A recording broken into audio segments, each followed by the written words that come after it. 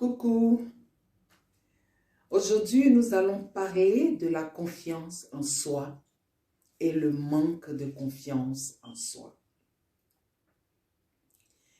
Il serait tellement merveilleux d'avoir confiance en soi, de naître dans une famille où on a été aimé, choyé et grandir au sein de cette famille avec des frères et des sœurs ou même être enfant unique et être aimé de ses parents, ça vous donne une certaine confiance parce que vous savez que vous êtes aimé.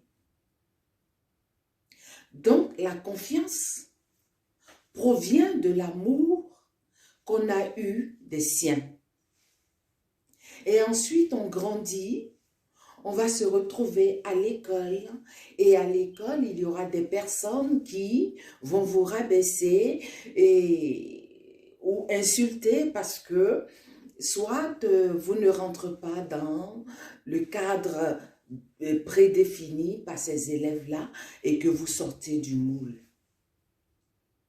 Donc, ces élèves vont vous harceler et au fil du temps, l'enfant qui a été harcelé à l'école va sombrer et au point de perdre toute confiance en lui. Et d'autres facteurs encore, ce serait soit des professeurs qui vont soit vous rabaisser en disant « Oh, tu es nul, tu ne fous rien, tes amis, ça c'est très facile, tout le monde connaît, pourquoi est-ce que toi tu ne connais pas ?» Et tu seras considéré comme le cancre de la classe et ça aussi, ça amène une personne qui est en développement de perdre sa confiance. Ensuite, ça va être, quand on grandit, on est femme, jeune fille ou quoi, on rencontre un homme, soit un petit copain qui va vous rabaisser, vous serez sous l'emprise d'un certain harcèlement moral et vous n'allez pas encore ouvrir l'esprit pour comprendre que vous êtes un être exceptionnel, que vous êtes un être magnifique et que vous avez le droit d'être qui vous êtes et de vous aimer. Alors, la confiance en soi dépend de ces facteurs que je viens de citer et de plein d'autres facteurs encore que peut-être j'ignore, que d'autres vont vous le développer. Donc, après avoir vécu comme ça, on perd la confiance. Mais moi, je vais vous rendre un témoignage qui a été ma vie, ma perte de confiance en moi, qui a duré longtemps, qui a fait que les hommes que j'ai connus dans ma vie, j'ai trouvé qu'ils étaient supérieurs à moi, que je ne les méritais pas et que je n'avais pas le droit d'être heureuse, par exemple. C'est un jour, ma mère me dit que quand j'avais 8 mois, je tirais sur son sein, elle n'arrivait pas à dormir parce que je voulais téter et tout ça et tout. Et elle m'a repoussée en me traitant de vilain enfant dégueulasse. Ou, tu vois, le mot, vous voyez, puisque vous êtes nombreux, vous voyez, des mots qu'on utilise qui frustrent un être humain. Et moi, je n'avais que 6 mois quand elle m'a dit ça. Et d'après elle, le matin, quand elle m'a lavé, j'ai une tante qui est venue me chercher. Et je suis allée à la grande cour où se trouvaient mes tantes, mes oncles et mes grand-mères et grands-pères et tout ça. Et quand je suis arrivée à la grande cour, je n'ai pas demandé après ma mère toute la journée. Je n'ai pas tété. Et puisque je ne pleurais pas, personne n'a pensé à me ramener chez ma mère jusqu'à 18 h. Et ma mère est venue me chercher. Et quand elle est venue me chercher, ses seins étaient bien remplis, tout ça et tout. Elle voulait me mettre dans la bouche pour se soulager de sa propre douleur. Et j'ai refusé de prendre son sein. Et d'après elle, je n'ai plus tété depuis ce jour. Et j'ai grandi. En grandissant, j'étais aimée de mon père.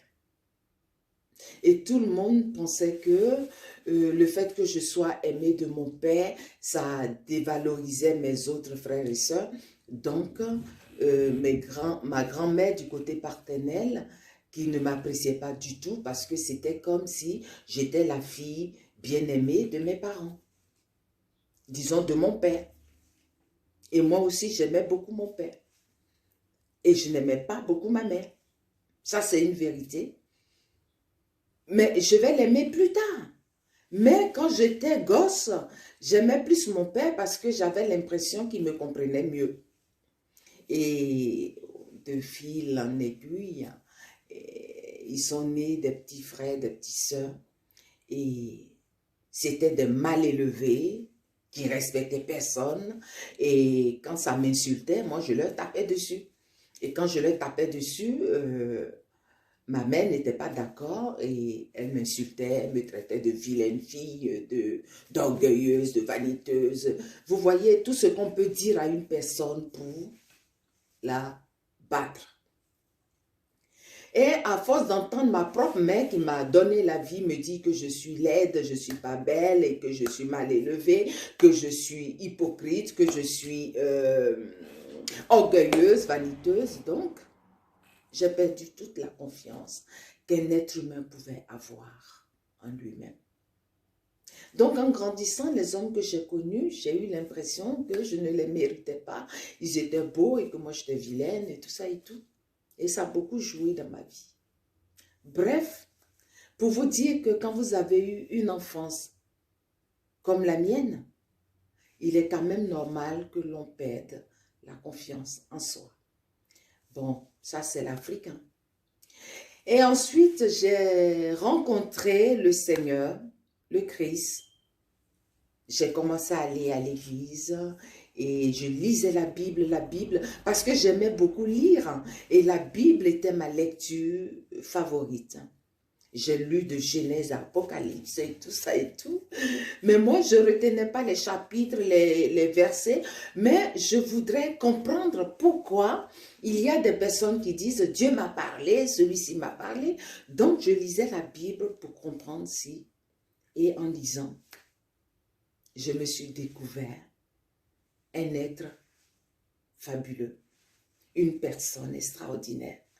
Et j'ai commencé à m'aimer, à m'apprécier. Et j'ai rencontré un homme merveilleux, mon père spirituel, Jean-Pascal. Et Jean-Pascal m'a aidé à me guérir de mes blessures intérieures. Et une fois guérie de ces blessures intérieures, j'ai commencé à sourire à la vie et à considérer que dans ce monde, j'ai ma place. Et à me dire toujours, je suis à ma place. Je suis merveilleusement bien, je suis divinement bien là où je suis et je suis bien là où je suis. C'est comme ça que j'ai repris la confiance en moi. Donc, pour vous dire, à vous qui m'avez demandé de vous parler de la perte de confiance en soi, la perte de confiance en soi est multiple. On peut perdre la confiance en soi en grandissant. Tu peux rencontrer un homme qui peut te rabaisser, qui peut te harceler moralement et tu peux perdre confiance en toi parce que tu vas aimer ce dernier qui, lui, ne t'aimera pas suffisamment pour ce que tu vaux et qui va te rabaisser pour se sentir supérieur et on perd la confiance. Ou soit, vous allez être malade. La maladie aussi peut faire perdre la confiance en soi. Parce que quand on a été malade longtemps et qu'on revient à la vie, c'est-à-dire à la guérison, on a l'impression d'avoir perdu quelque chose. Une force intérieure. et on peut perdre aussi confiance. C'est pour ça qu'il y a des coachings en développement personnel pour aider les uns et les autres à comprendre que la Bible est un livre formidable. Mais si vous restez avec des pasteurs qui vous parlent de la Bible sur son aspect humain et non sur son aspect divin, vous allez passer toute votre vie à payer des dîmes, à vous asseoir dans les églises pour crier Amen, parce qu'on a dit une parole qui vous a plu, qui vous a intéressé. Donc, vous allez finir votre vie comme ça, malheureux ou malheureuse.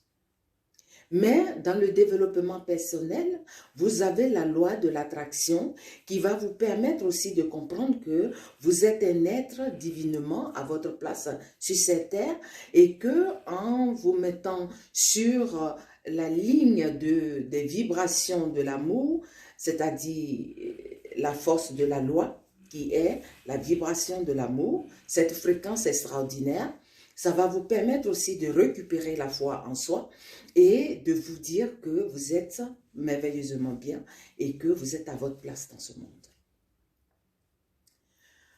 En un mot, le développement personnel permet d'avoir confiance en soi. Et le fait de vous regarder autrement à travers votre miroir, je vais vous dire une chose encore une fois, le miroir est très important. Quand vous regardez dans votre miroir, changez votre regard sur vous-même. Même si vous voyez quelque chose qui ne vous plaît pas à travers ce miroir-là, mais la parole que vous allez développer, la parole que vous allez proclamer, prophétiser ou attester sur votre vie par « je suis », une affirmation extraordinaire, « je suis », vous allez vous dire que vous êtes belle, je suis belle à travers votre miroir, je suis divinement bien et que ma vie est merveilleuse. Et en vous disant tous les jours je suis belle et vous esquissez un petit sourire, ça va vous donner encore du tonus et vous allez développer votre confiance en vous-même. Votre miroir est très important. Regardez-vous, même si l'image que vous voyez à cet instant ne vous plaît pas, mais la parole doit vous aider à comprendre que cette image, elle est fausse, mais qu'elle va s'améliorer. Donc, dites-vous que vous êtes belle. Même quand vous êtes triste, vous dites « je suis joyeuse, je suis joyeux ». À force de le proclamer par « je suis », vous allez atteindre une dimension supérieure à la dimension où vous étiez avant, disons la fréquence où vous étiez avant, qui était une fréquence plus basse. Vous allez monter en fréquence et vous allez être en admiration de vous-même et ce serait magnifique. Bon, voilà ce que j'avais à vous dire aujourd'hui. Si vous avez aimé ma vidéo, likez et abonnez-vous. Tous les jours, je vous dirai des choses nouvelles. Merci. Au revoir.